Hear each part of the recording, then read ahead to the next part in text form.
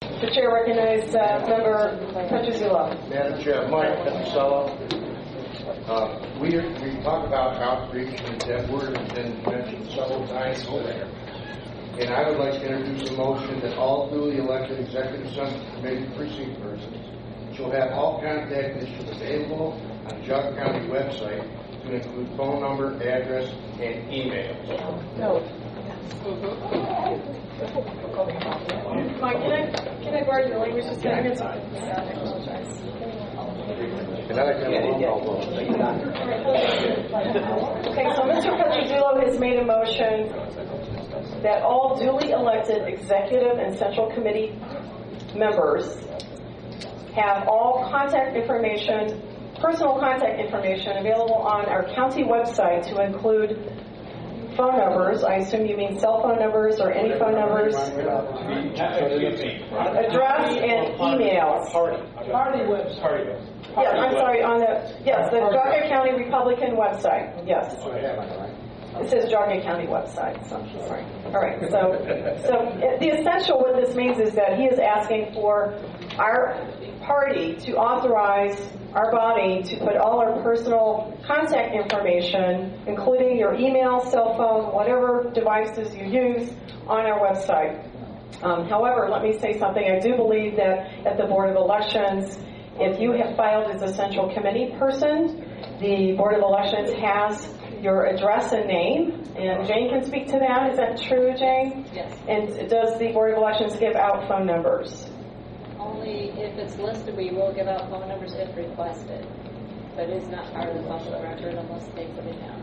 Okay, so did everyone hear that? So it's not part of the public record. It's only if that person has elected to give their phone number when they file their petitions at the Board of Elections. Otherwise, that information is not available through the public. And Chair, only on candidates list, we generally only put the name and address, but we do get PSRs, public service requests for phone numbers, and if somebody does put down a phone number, we will furnish it.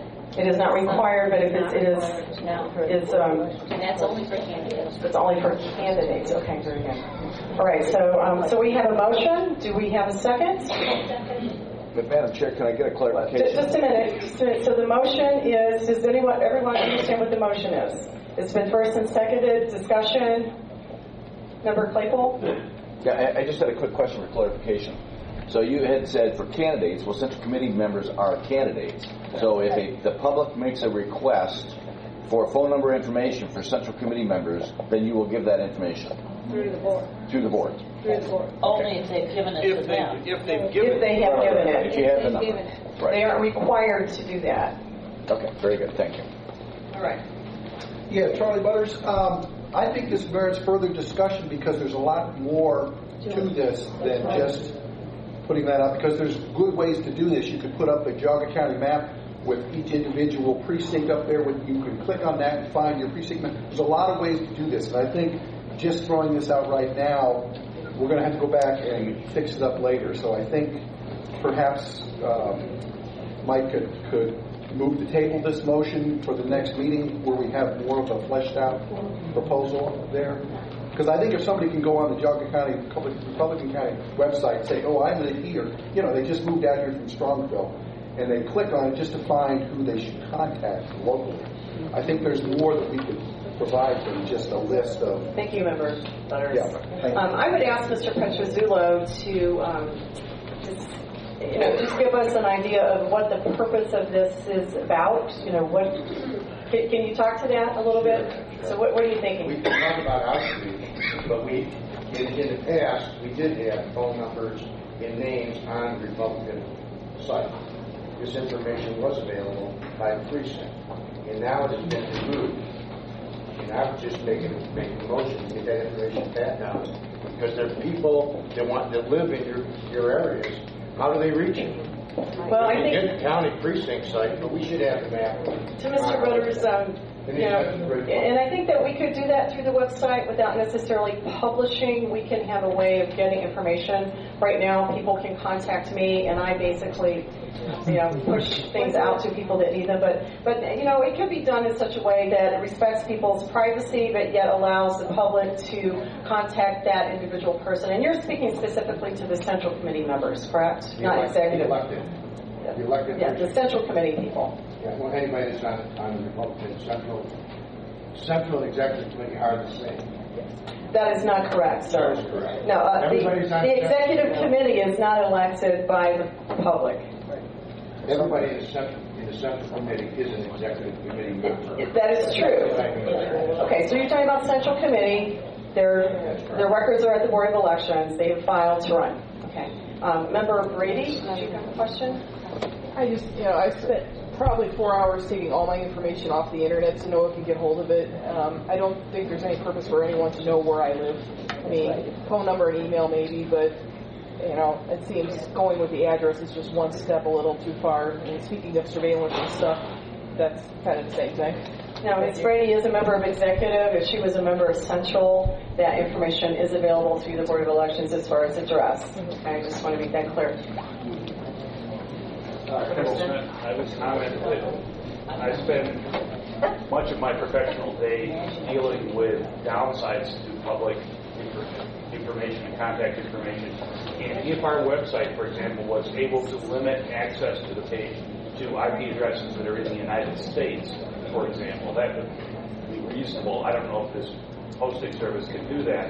I'm dealing with a client in a small city in Connecticut that recently put a whole lot of public contact information and was barraged by spammers and people sending phishing messages to them coming from parts of Germany and parts of Africa. I would not want to expose everybody to that. So, IP website hosting services are starting to put in protection so they can limit access to, say, North America or the United States.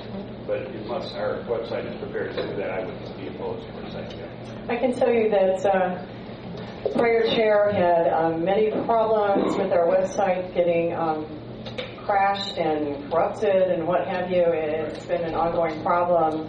And it has happened since I've been chairman as well. So I understand what you're saying. Anyone like to comment? Member Swan? Karen Swan. When I was on the Ohio Developmental Disabilities Council, and this is at least 10 years ago, they had it set up so that if someone wanted to contact us, you clicked for an email that was, I believe, through a Yahoo account that then came to us, but it was not our private email account. Yes. And we could do something similar. Yeah. Exactly. And I might say that this works both ways. We know that, it's part of our responsibility as being a Central Committee person to do outreach in our precinct. So that would mean that we would need to contact our constituents with it. So I would like to see that being done more. It doesn't happen often, but it should be happening more than not. Any further discussion on this topic? And I'm going to, Member Stang. Yeah, Madam Chair, could we just table this until the next meeting? Because I think it does require some more research. Member Petrozzillo, would you like to rescind your motion and change it? I will get Mr. Leonard's number and have sit down and write up the process. Okay, so the motion's been rescinded, and we will discuss this at a future meeting. Thank you. Move to adjourn.